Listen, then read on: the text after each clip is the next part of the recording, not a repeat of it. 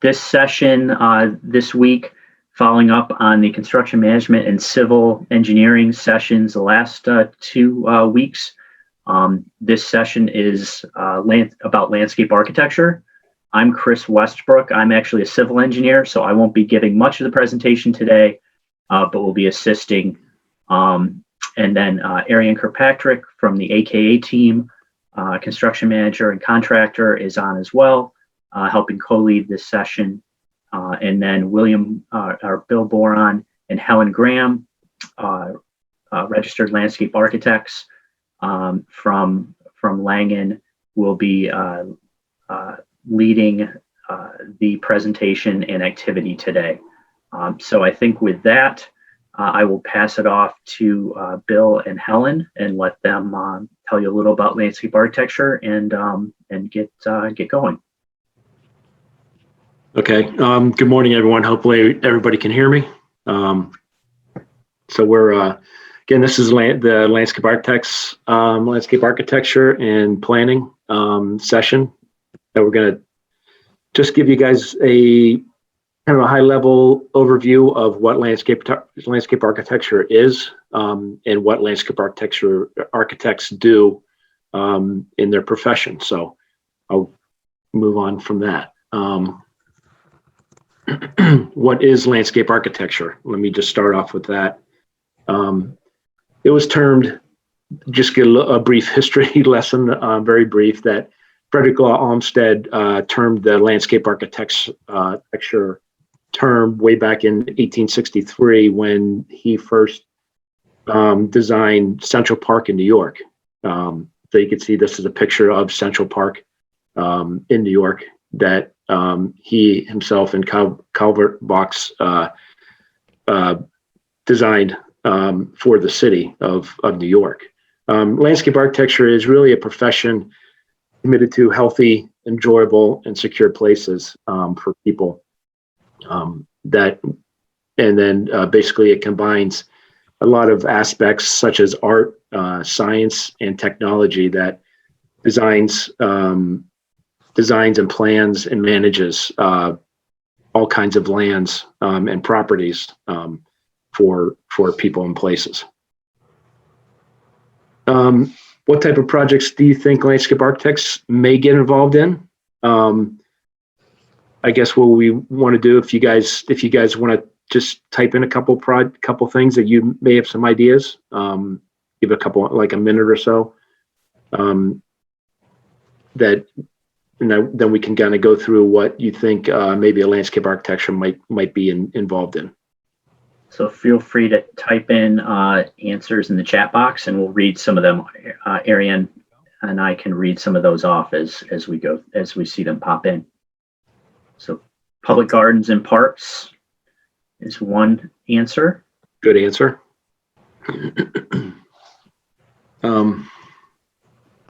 Anybody else? What you can see on this next slide here that get involved in a bunch of different kind of projects. Everything from, as they said, was parks and gardens. That's one of them. Residential, anything from as simple as a landscaping plan or a planting plan for a house, or up to doing subdivisions, which subdivision is really as planning roadways and houses and lots for a lot of homes, things like that for a developer.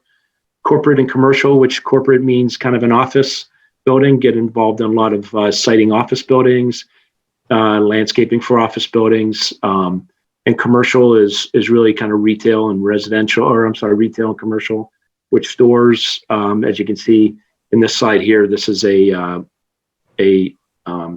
commercial development that basically was designed along with an architect, that you can see a Barnes & Noble and a whole bunch. It's almost kind of like a Crocker Park kind of style, if anybody's familiar with Crocker Park. Institutional, which means, a lot of schools, a lot of colleges, a lot of universities kind of design. So anywhere from building placements to parking, all the way down to planting plans. Urban design is really cities and municipalities and villages, things like that. Then along with the cities is really streetscapes and public places.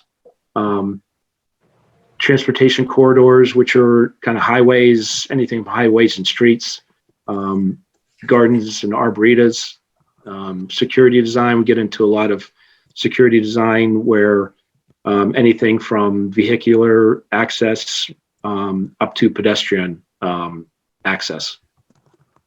Hospitality and resorts, that's obviously hotels, any kind of resorts may get involved in. Academic campuses, like I said, universities and colleges, may get into some historic preservation of buildings and restorations on sites. Reclamation and conservation really means a lot of brownfield development. So when a site is like a landfill, for an example, and then monuments such as anything from, you see monuments in DC and monuments in any kind of city that a lot of landscape architects get involved into a lot of the, like I said, the monuments in Washington, DC. A lot of those have been designed by a landscape architect. And then a little smaller thing is interior landscapes for buildings and things like that. That is one aspect of it. But mostly a lot of landscape architecture profession is dealing with the outdoor environment. So it's really just not, if you think of a landscape architect, it's not going out and planting plants and doing that kind of thing. It's really more getting into the design and the engineering of it. So places for people to live, work, communities and neighborhoods, work and study, like offices and schools.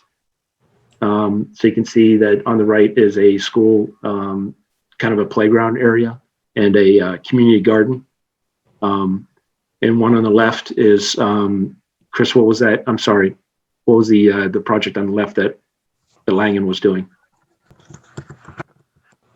This one here appears to be a hospital entrance for a project. I think in the previous slide there was an arts facility that was on the site of a former steel mill in Bethlehem, Pennsylvania. That's kind of has a neat backdrop. There it is, which is actually the city where I went to school.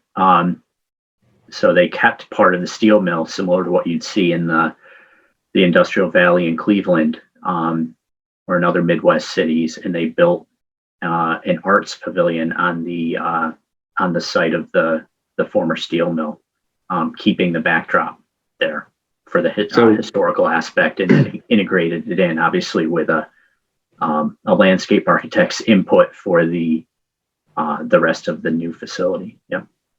So they get into, landscape architects get into a lot of town squares, a lot of campuses, and on the right is Bryant Park in New York City. Again, the parks, playgrounds, athletic fields, ball fields, football fields, baseball fields, soccer fields, all get involved with landscape architects. In the next few slides, we'll see it's not just the kind of design, and it's actually the layout of the fields. It's actually how fields can drain in surface water when it rains, how all these fields stay dry, working with the civil engineering. So we get into landscape architecture spans a wide breadth of areas and projects. Fun stuff is, parks and museums. On the left here is a splash park. So in landscape architecture not only gets involved in the landscaping, but actually gets involved in looking at fountains and how people can interact in communities and play areas. So landscape architecture is really work of making specific kind of places, essentially outdoors. Like I said, we've done some interior spaces, but really majority is outdoor spaces. Combines the analysis and planning and design of projects. So it's really, once we get a project or a site or a parcel of land, we'll go through analysis of that parcel, how things may drain, how things work, how people access the site, how cars access the site. Go through a planning process, go through a design process, and then how, when it's all done, and how does it get managed? How, manage the natural and the built environments. And built environments, obviously, is really kind of the hardscape, quote unquote, hardscape of a project, the buildings and the pavement of a project. So this is a shot actually from Roosevelt. I'm not saying island. Roosevelt Island in the East River in New York City. Yep. Yes. Yep. So there's a promenade out to the East River. If you want to search for Roosevelt Island, you'll see a park in Google Earth if you look for it. This was something that Langen designed. One of the projects that we got involved in, and it gets very highly used with a lot of people coming and just having fun in the park. Does anybody know a landscape architect? Anybody that, if you got to type one in? So this is a slide I'm going to show that really a couple people that you may or may not have heard of. Thomas Jefferson, one of our presidents, was actually not termed a landscape architect, but used a lot of landscape architecture designs and configurations and things in his designs when he was doing Monticello and things like that for his home and different areas that he was getting involved in. He was very involved in kind of the landscape and how things fit and how things, views and how things, shape the land. And then Eddie George, if you all know or not know, he was a running back for Ohio State, Heisman Trophy winner, played in the NFL.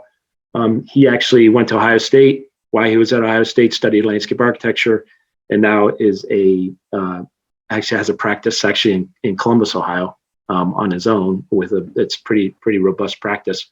But he is a landscape architect. So it's just want to throw those out, kind of just kind of an interesting slide. There's a lot of, and once you get in, if you want to, obviously dive into more, once you start pulling up a landscape architect, famous landscape architects, if you want to go on, the internet and look, there's a lot more people that have done some very, very cool and interesting places. So really, landscape architects, they enhance the quality of lives by adding the beauty of the environments. So picture this building without, plantings and, interesting pavements and things like that. It'd be pretty sterile kind of environment. So landscape architects get involved with the architect, with the developers, with the clients, and kind of create these spaces where people can enjoy and live. We also get involved in studying environmental impacts of developments. This is basically getting involved in wetlands and in streams and rivers and all kinds of things like that that help environments and kind of restore back to, if there's a development or someplace where it needs to be restored, we get restored back to environments, and we work with agencies and cities and things like that to get these places back to where they were in the beginning. So what do we do on a daily basis other than kind of drink too much coffee?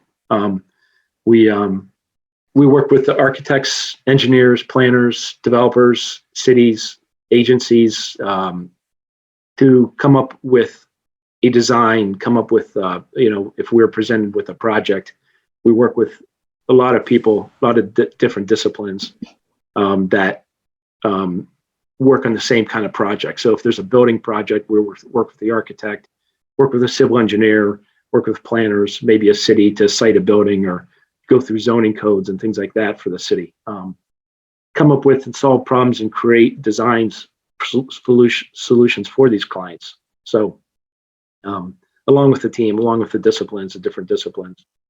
And then obviously meet with the clients and communicate and talk about these designs and constructions. This is, and also, get in front of the community. To the right, you'll see, this is a project that actually is in construction. I was actually at the site this morning. This is down at University Hospitals. This is the Bulwell Courtyard. So this courtyard is surrounded by buildings on all four sides, and we are redesigning it So this is really kind of an aerial view. If you would look from the courtyard looking down into it, this is what you would see. You would see the pavement. In the middle there, you see a planting bed. And this is one that Helen Graham from our office worked with myself on. And they're actually, like I said, it's in construction now. They're actually pouring concrete in this corridor right now to make these walkways. Maybe Helen could jump in and talk a little about kind of what people are seeing on this plan. Yes. Yeah, I can talk about this drawing. This was, like Bill was saying, it's under construction right now. It is a courtyard. So I just wanted to talk about kind of what this plan, kind of describe what this plan is. You can see there's kind of a circular pattern. In the center, there's a landscape bed. And I think there's a sculpture in the middle of that landscape bed.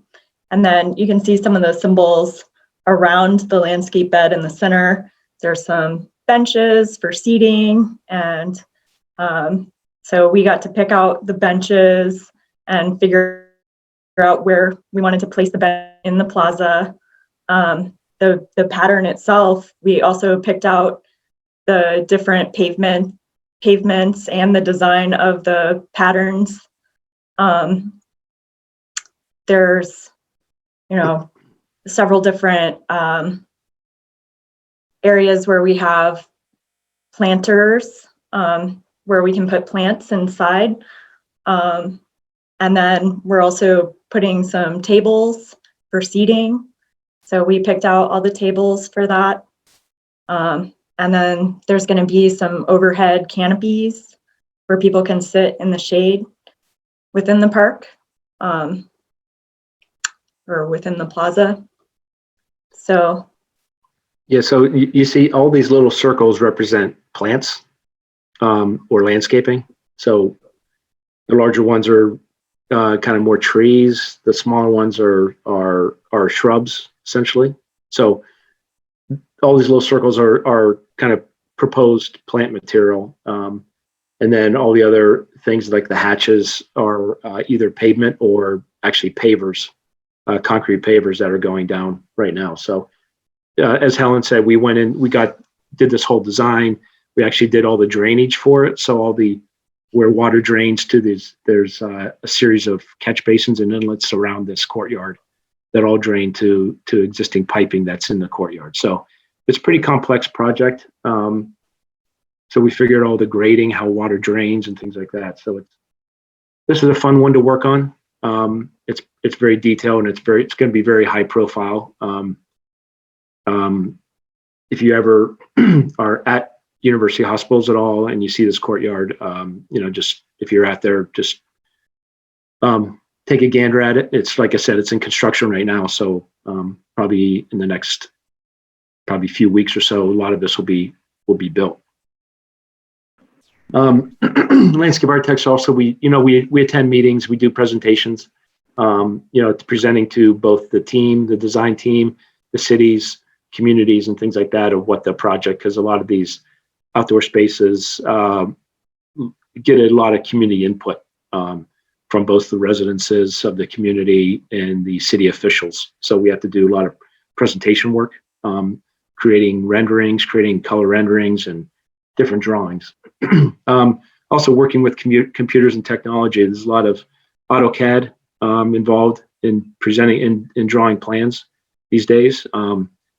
Back when I was in there, it was all hand drawn, but now it's all basically all computer drawn, and with technologies and things, there's a lot of whole different software, SketchUp, which you guys may be aware of, AutoCAD, things like that Bluebeam that we use on a lot of our projects.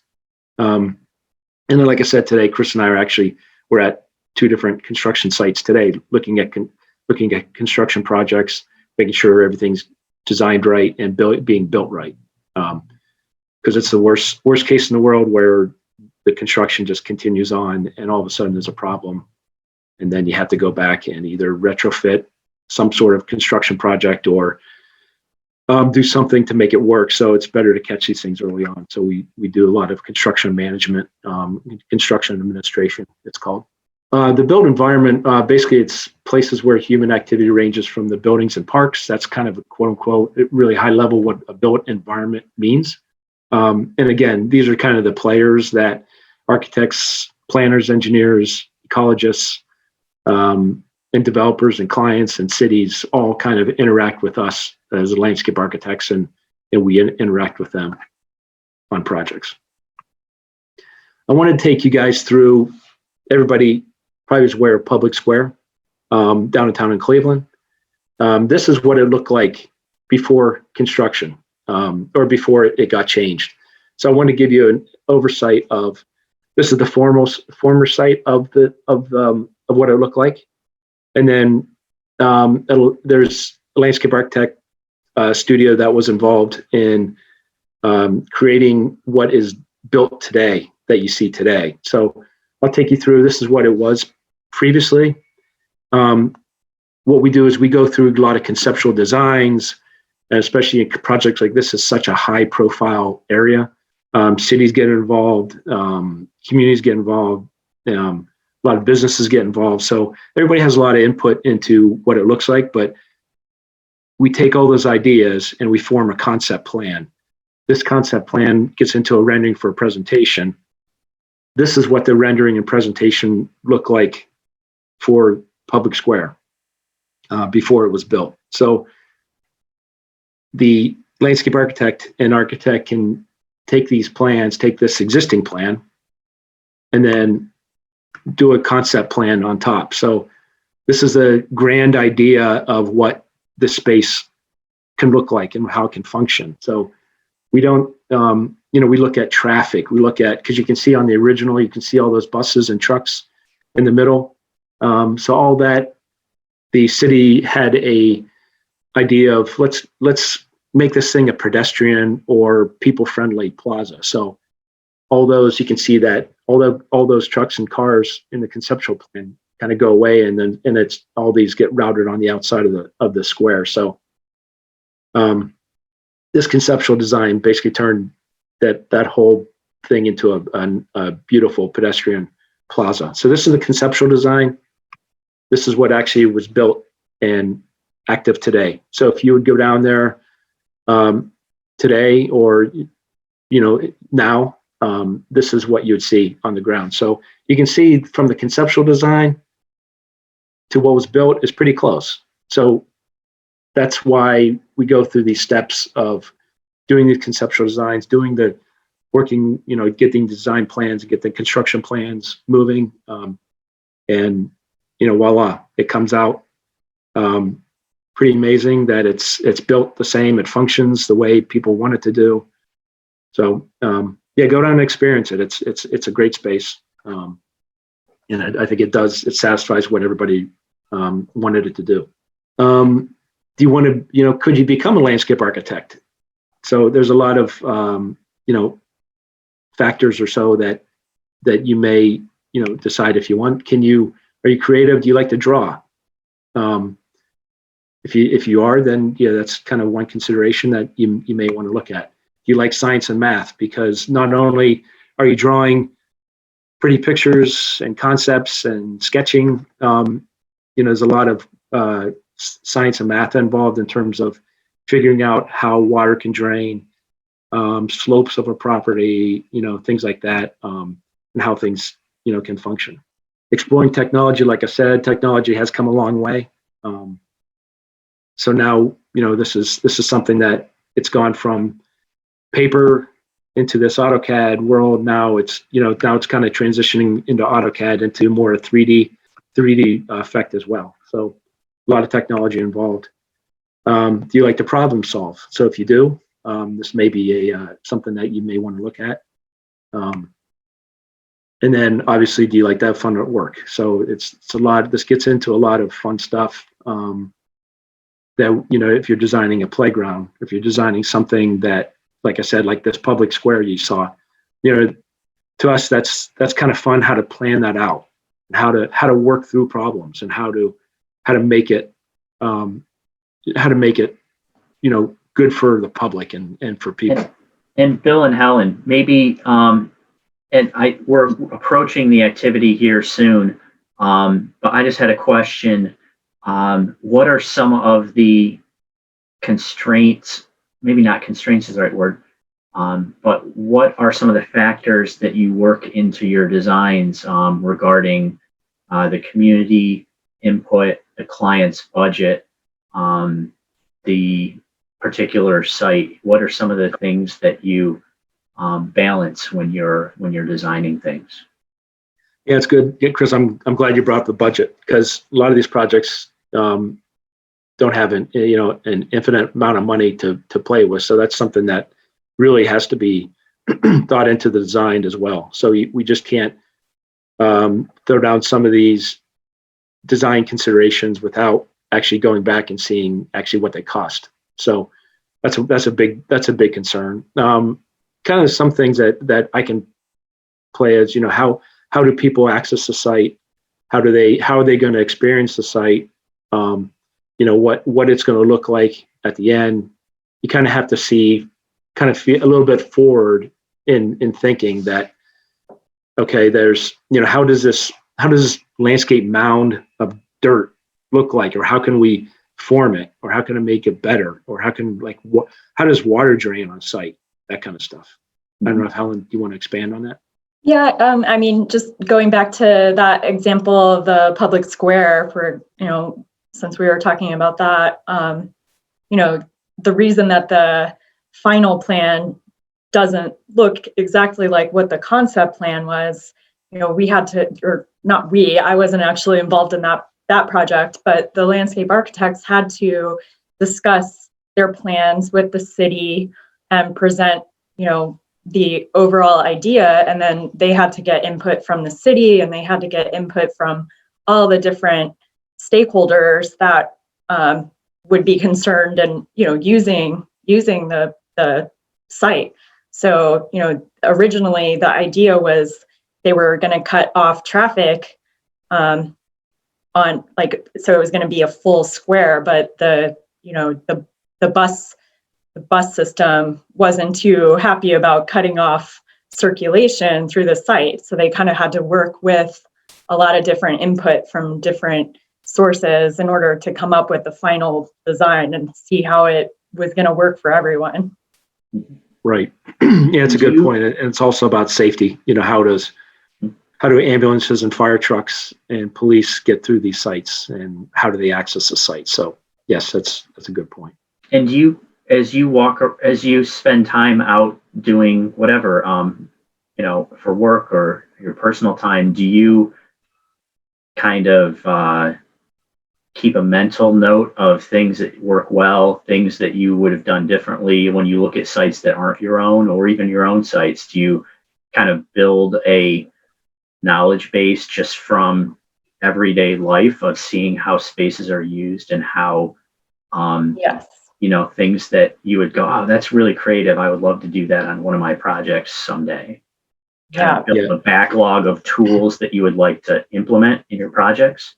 Oh, sure. I mean, I feel like landscape architecture has really changed the way that I experience the world, because I'm constantly noticing different things and how they're built, and different sculptures at parks, and different benches or bike racks, and there's all kinds of fun things that I notice that I can maybe try to incorporate into my own work.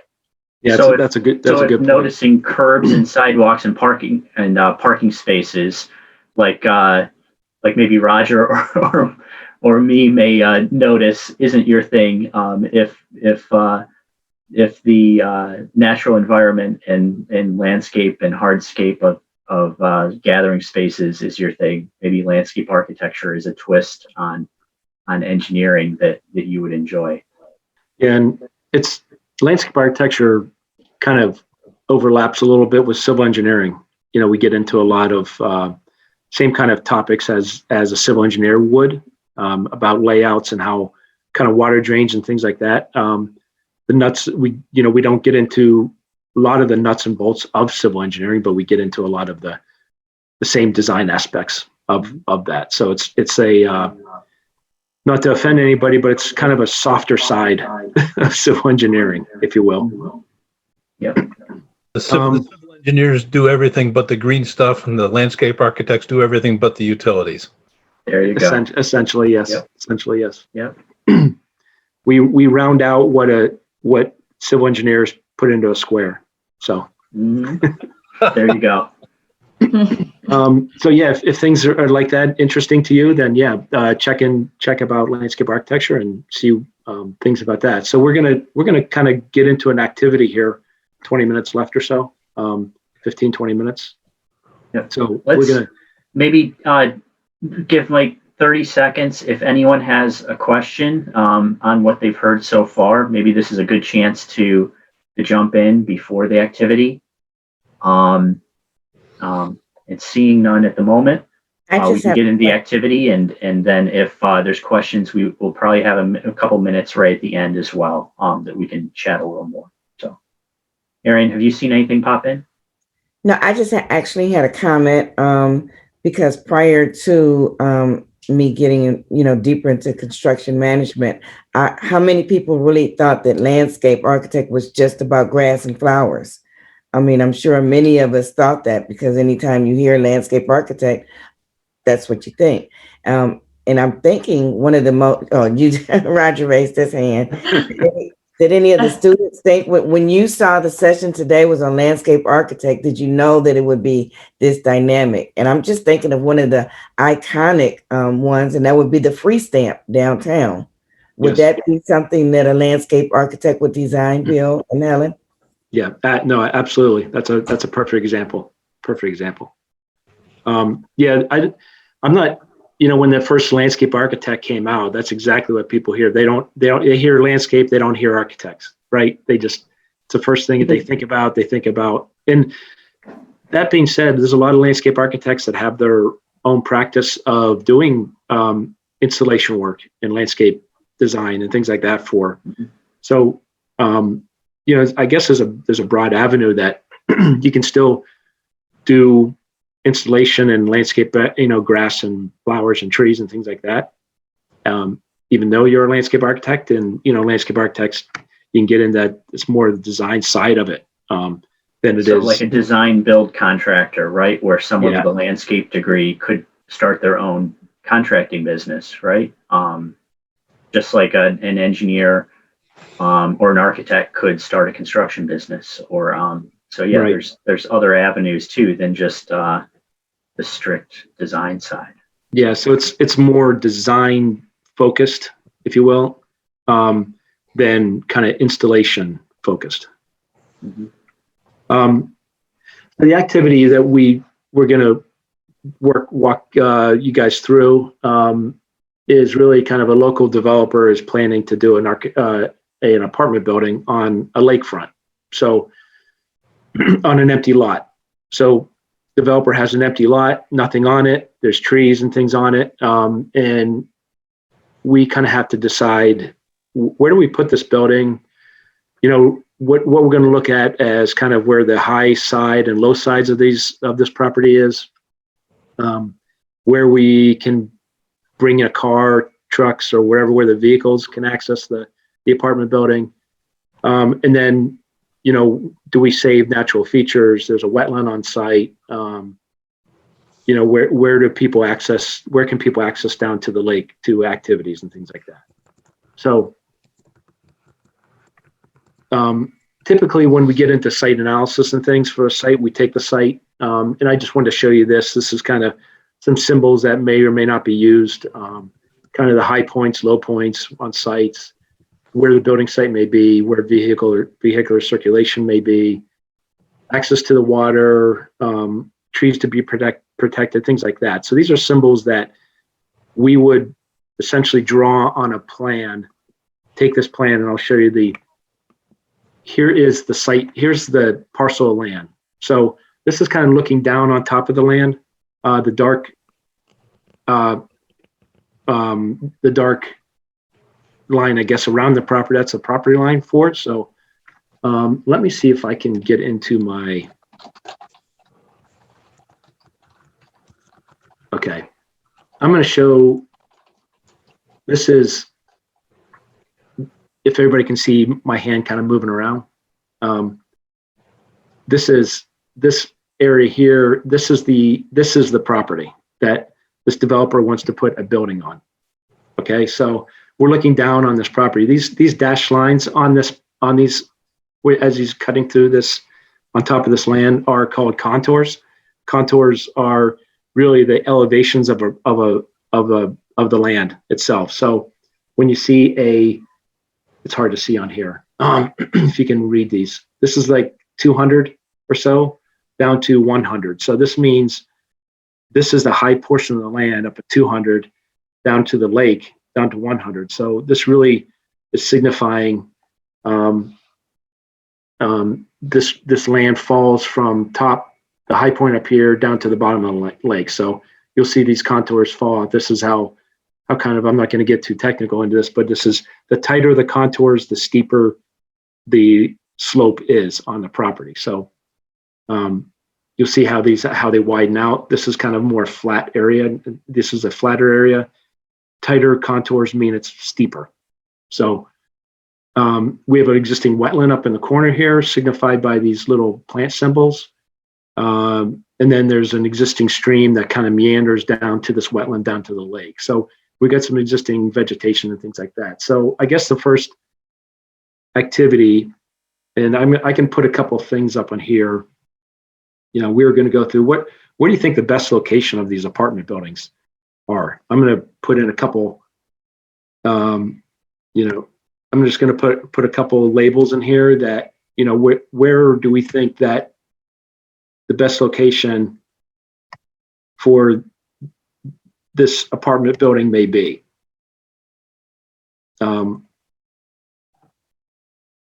If you guys can, I think that's the way we're going to think that. Can you guys type in A, B, C, or D and see where you guys think a building may be placed, just on the general knowledge I just told you from, does it get placed on the high side? Does it get placed by the lake? Does it get placed on the slope?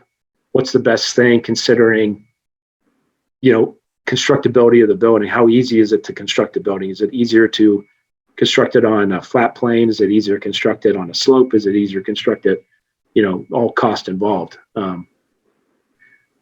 Seeing a couple answers in. Thank you for responding. Can the site plan be made larger? I don't know if I can. Does that There help? we go. I think that helps.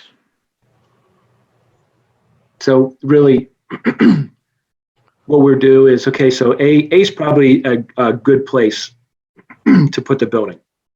So if we stick the building, I'm just going to draw a circle around it. So if A is, just say we put the building there.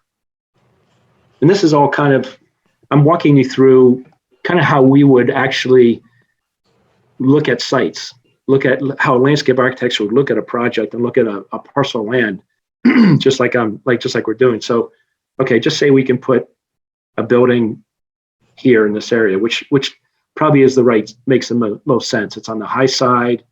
And as you can picture, if you're standing on this property and looking down in the lake, you probably get some really nice views opening up. So this is probably a good place for it. So locating the high elevations low, and so this is obviously, I was saying before that this area, let me see if I can get a, bear with me here. So if this is X or plus means high, right? So this if this is the high portion of the site, which means the grade is higher here, then it will be down here at the lake. So this is the low portion of the site.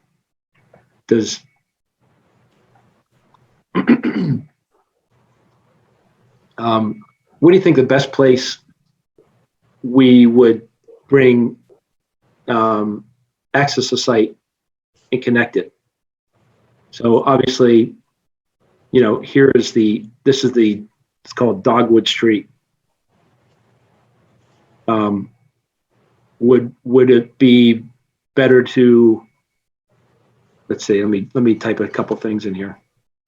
Would it be better to take it through here?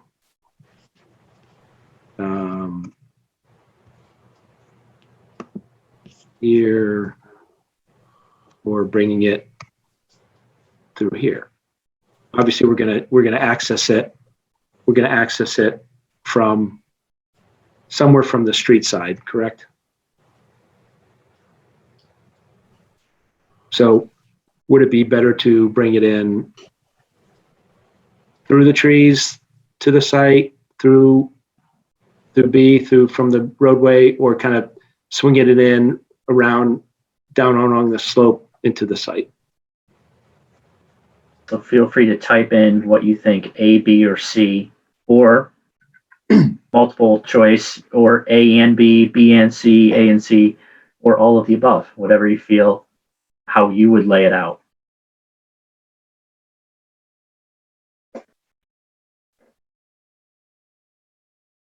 We have an answer B, considering that is a clear area connecting to the street. That's an option. Abigail? And that's probably a good option to do, where we're take it typically from the high side of the street, and where it's clearer, like you said, and bring it in. Again, And why would you avoid A? Avoid A because the cost, if you would bring a street in from the kind of a lower side, you would have to, and especially the way this is, just say you bring it into here, you'd actually get involved in a lot of tree disruption. And then actually there's a stream at this point. So you'd possibly have to build a bridge or a culvert. You'd have to put a pipe, or like I said, build a bridge to get across. So this would probably be the most costly option, which as Abigail said, that bringing in from the high side into the most clear site is probably the most sense to do that, to avoid costs. The other option is C. Really, C would be, and you could do this with A as well, but for some reason, if the house or the apartment would have a lower level entrance, which means if you'd be a high side and they want to come in from down like in a parking garage or something, well, maybe it does make sense to come in lower and come in, still coming off maybe the A side and coming in, but that all gets kind of thought out with the architect and how the developer wants his building to be designed.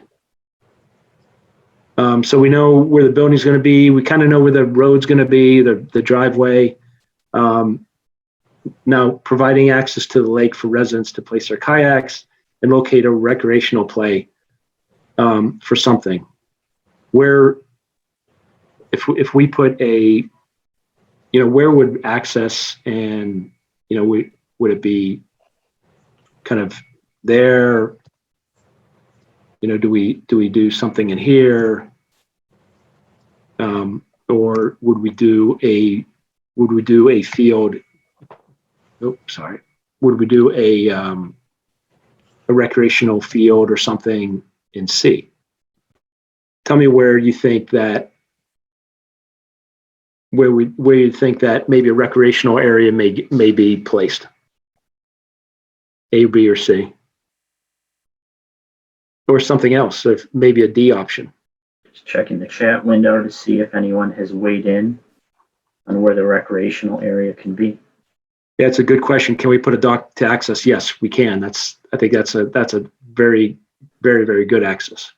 A very good comment that maybe a dock is somewhere off the lake here that you can access it.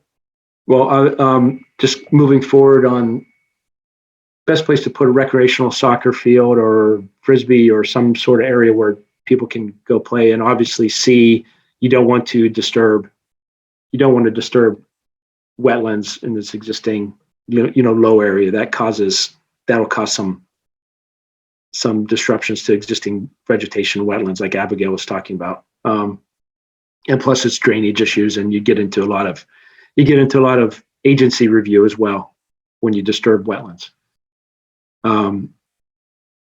So if we don't want to disturb existing vegetation and wetlands, obviously A is the easiest one, or the best one to put in here. So just say we put a nice low area or nice recreation area there. So that actually ties, as someone said before, that, be nice to put a dock, put an access, to a dock or something to the lake, and access to the lake to the recreational area, and also up to the apartment building as well. Yeah, So the other nice thing about the area you picked for the recreation area, when you're looking at this plan, you can see the contours, those dashed lines that represents the elevation, and seeing that spot that you've picked have no contours, which means it's going to be relatively flat. And you really want your recreational areas to be, pretty flat. So if you can find a spot like that on a site, you want to make use of it. That's a good point from Jay Henderson. I think, all right. And Actually, one of the reasons you'd pick a site like this for residential properties, because you'd probably be able to attract a buyer or residents because of the existing vegetation, right? Versus putting it next to a highway on a flat piece of farm field. The site has certain attributes that would, natural amenities that would make this desirable, right? So this is, yeah, Helen brought up a good point. This is a good spot. Obviously, this will help with construction if it's a flatter area. So this is, I just want to, this is kind of a potential solution, just like we drew out that you guys are kind of picking areas. And you can see where the building may be placed. And again, this is a solution where we kind of avoid a lot of the existing vegetation, keeping that active in the stream. Very little earth moving at this point for the building, where you keep it on the high side, reducing construction costs, and then maximizing views into the lake, and then providing that flat area. So this is just wanted to show you kind of a quick potential solution. Now, this isn't the only one. This is, there's many solutions to sites. So it's not only putting the building where B is, where it shows, you could put it down lower if you wanted to have access to the lake, that kind of thing. It's just, once you start getting to a lot of these areas, now you got to start thinking about construction costs. Maybe the building does go on the slope. Maybe it steps down the slope, that kind of stuff. So there's a lot of different options and solutions to a site. If you want to learn more about landscape architecture, obviously talk and visit a landscape architect's office, which is a great thing. We're always open to having people shadow in our office, and many other offices will do the same thing if you want to learn more about landscape architecture. Good other point is volunteering at one of your community events, park service, or any kind of local community programs that are going on. Kind of get you potentially a feel for getting out, seeing how things are built. If you want to have a conversation with, about when you're going outside and you're walking around or going to see some of these areas that are public places. And so, like Chris said, that's it for the presentation. So if you want to learn more, and also myself, Helen, and Chris's, and Ariana's information, can contact ACE Mentor as well. All of our contact information we can get contacted from ACE. If you guys want to. So if you have any further questions that you think of after the session, or would like more information about potentially pursuing landscape architecture as a career, you can reach out to your teachers and to the ACE Mentor program, and they can put you in touch with a landscape architect. I want to answer Jim McDowell's question. That's a great question, especially these times, doing this virtually. We have set up some virtual things like this, but at this time, I mean, that is a more difficult thing to do when we do shadowing. But yeah, that's something that we can get into and look at for sure with our offices. But yeah, we can reach out to ACE and make sure, if you guys are having some questions or things like that you want to talk to us, that would be more than willing to kind of talk.